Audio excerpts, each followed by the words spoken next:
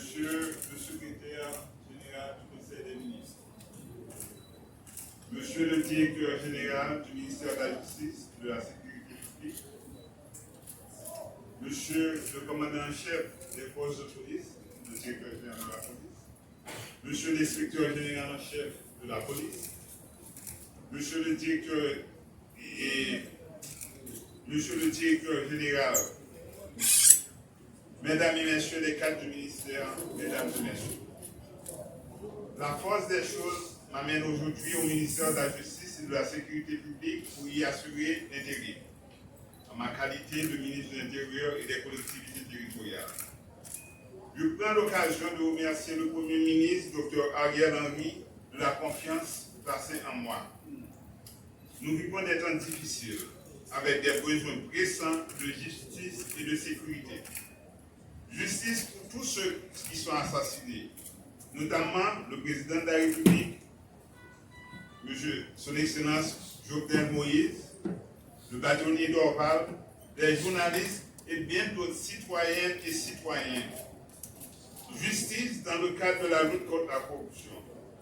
Justice pour tous ceux qui sont en prison pour toutes sortes de raisons, mais sans possibilité de voir leur juge naturel, encore moins de bénéficier d'un procès équitable dans les délais prévus par la loi. Une justice fonctionnelle qui travaille en permanence, sans interruption, à l'abri de toute politisation et d'arrêt de travail intempestif.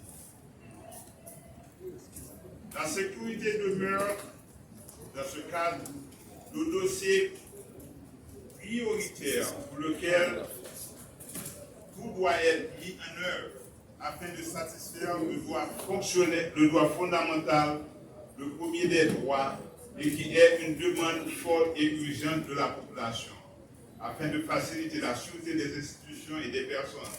Cette sécurité qui doit permettre à chacun de circuler sans entrave, de vaquer à ses occupations sans crainte pour sa vie et ses biens. Mesdames et messieurs, vous donner à l'État son sens et son autorité pour des services publics à la population, c'est le pari d'aujourd'hui.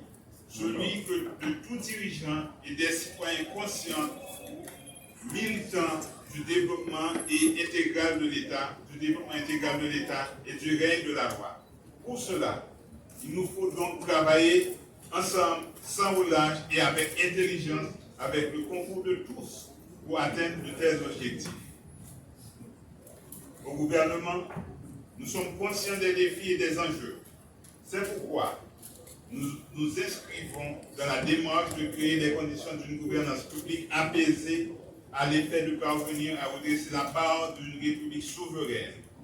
Il n'y a plus de place pour la distraction, pour les diversions, pour la confusion et les luttes mesquines et intestines.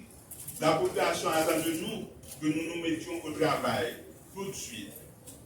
Dans cette quête, la loi doit reprendre ses droits et nous guider dans la recherche de solutions viables et durables. C'est donc dans cette voie que je m'engage durant l'intérim. Je souhaite pouvoir frayer la voie au redressement de nos institutions.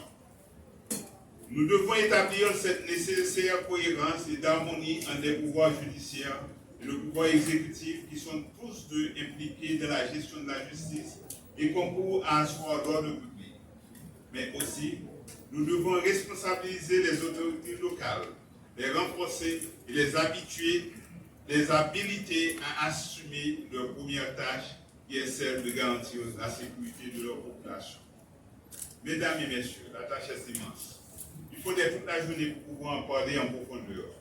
Mais s'il fallait un peu de mots résumer les priorités du moment, on dirait combattre la détention préventive prolongée, combattre la criminalité contre les phénomènes et combattre le phénomène des grandes armées, faciliter un environnement apaisé en vue de la libre circulation des personnes et des biens, renforcer l'image des forces de police.